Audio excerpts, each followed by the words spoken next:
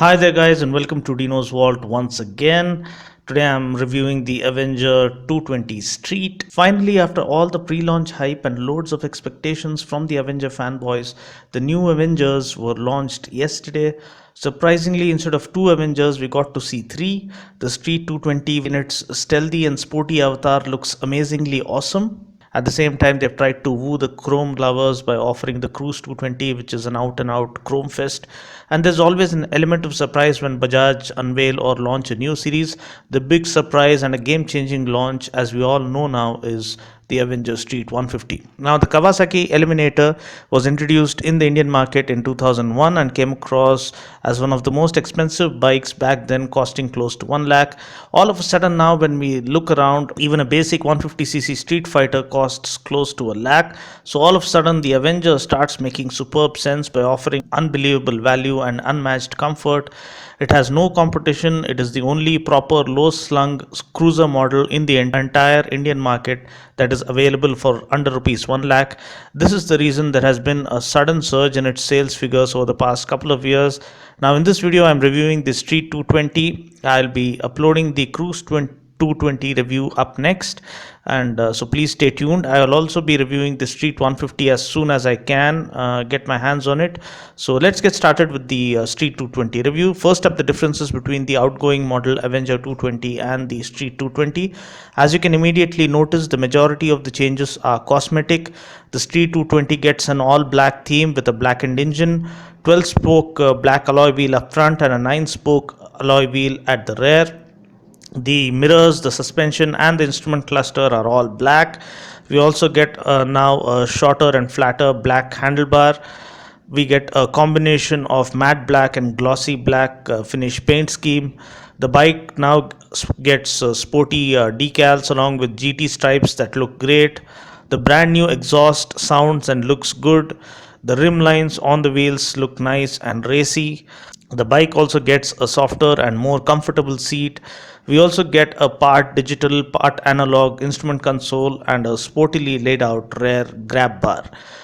Looking at the tech specs when compared to the outgoing model, the length of the Street 220 is down by 18 millimeters, width is up by 51 millimeters, the height remains the same, wheelbase is up by 15 millimeters, which translates into better high speed stability, ground clearance remains the same at 169 millimeters, seat height is increased by 15 millimeters by offering dual density foam for better riding comfort. The seat height therefore now is 725 millimeters for the Street 220. Weight is down by 4 kgs, which gives this bike a clear weight advantage.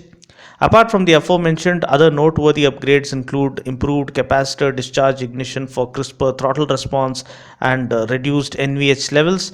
We also get a new drive chain that offers better life by 15 to 20%. The second spring rate in rear suspension has been changed to prevent bottoming out on bad roads. We also get a white hue headlamp to offer better visibility at night. We also get clear lens turn indicators that are flexible to prevent breakage. Now, talking about the design, the headlamp looks superb along with the instrument cluster up front. The rubber bellows on the front suspension forks look cool too. Coming to the profile, the low slung cruiser design language with the black package ends up giving it a Harley Nightrod kind of a look. The new exhaust with the heat plate also further enhances its overall sporty character. At the back, the tail lamp seems to be the same one that is carried forward from the older model. The short and sporty grab bar also perfectly complements the overall design of the bike. The paint job is top class and fit and finish seems to be quite impressive. All in all, I absolutely love the way the bike has come out. The instrument cluster is part digital and part analog. We get an analog speedo and analog fuel gauge. The digital display in the speedo contains the odometer and the trip meter. Coming to the engine specs, I know many of them are disappointed. There doesn't seem to be a major change in the engine specs on paper.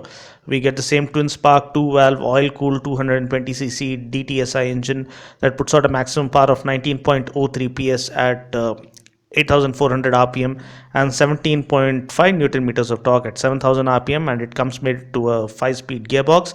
But please bear in mind that with the Street and the Cruise 220, Bajaj are trying to offer a significant upgrade without overshooting its existing price bracket. And if you ride it, I can guarantee you that you'll accept this as a worthy upgrade. You can feel the difference, and you would be ready to accept this as a worthy upgrade.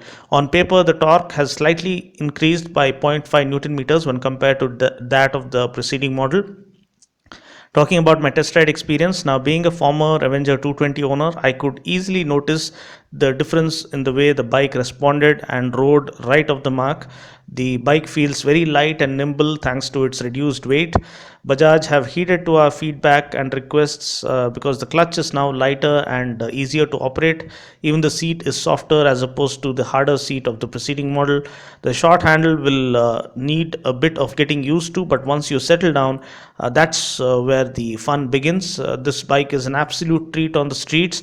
It is lightweight, it is fast, it handles brilliantly, it offers superb road grip, and it is easily flickable and maneuverable in city conditions. Brakes are same as that of the preceding model. We get the same 260 mm disc up front and 130 mm drum brake at the rear.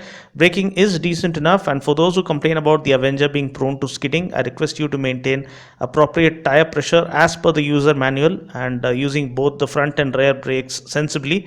I believe that solves the majority of the issue. Talking about the suspension, we get telescopic forks with anti-friction bush up front, and as mentioned earlier in the review, the rear twin suspension has been tweaked to prevent bottoming out easily. It is slightly stiffer and offers a perfect blend of comfort and performance. Talking about the wheels and tires, we get a 17-inch wheel with 90 by 90 tire up front and a 15-inch wheel with a 130 by 90 tire at the rear. Now these are regular tube tires and are not tubeless tires. Now fuel tank capacity remains the same at 14 liters. Talking about the mileage claim, though there is no official mileage claim, I personally was getting around 45 kmpl with the regular Avenger 220 under mixed riding conditions. And with the reduced weight and some minor technical upgrades that this bike gets, I think the mileage figures would improve. Price ex showroom Hyderabad is rupees 85,786. So that's pretty much it. I just hope you found this video useful. Until next time, this is Dino saying ciao, take care, God bless, and ride safe.